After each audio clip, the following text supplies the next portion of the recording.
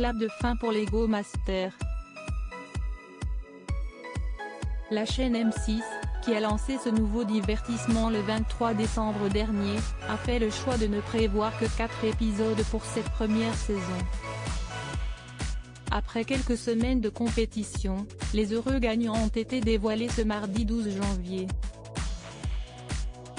Qui de David et Sébastien, Renaud et Marguerite, Guillaume et Loïc et Xavier et Alban, a remporté ce concours.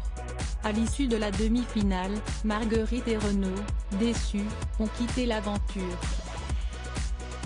Ainsi, après un long suspens, ce sont finalement David et Sébastien qui ont réussi à convaincre le jury et remportent les 20 000 € mis en jeu, mais aussi la possibilité d'exposer leur œuvre à l'hôpital pour enfants de Necker.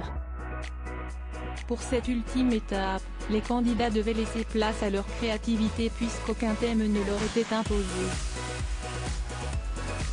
Guillaume et Loïc avaient choisi de représenter les différentes épreuves affrontées durant l'émission.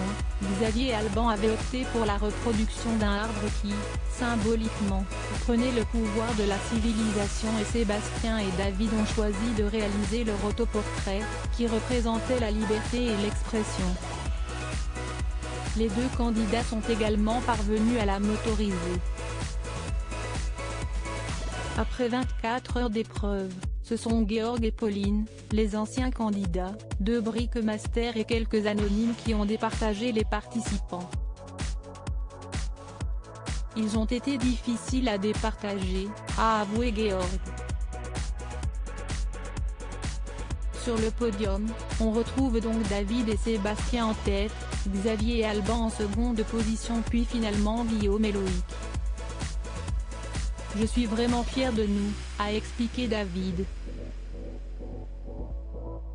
Il a ensuite affirmé, quand on pense que quelque chose est impossible à cause de sa condition physique, on peut se dire que l'handicap, ce n'est pas dans ton corps, mais dans la tête.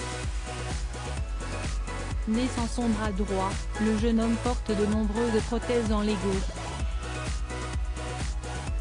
Si est-ce donc un beau message qu'il a souhaité faire passer avec cette victoire. C'était une chance unique de créer ce qu'on veut avec autant de briques. Interviewés par le Figaro suite à leur victoire, les deux candidats n'ont pas hésité à affirmer leur joie d'avoir fait partie de ce concours.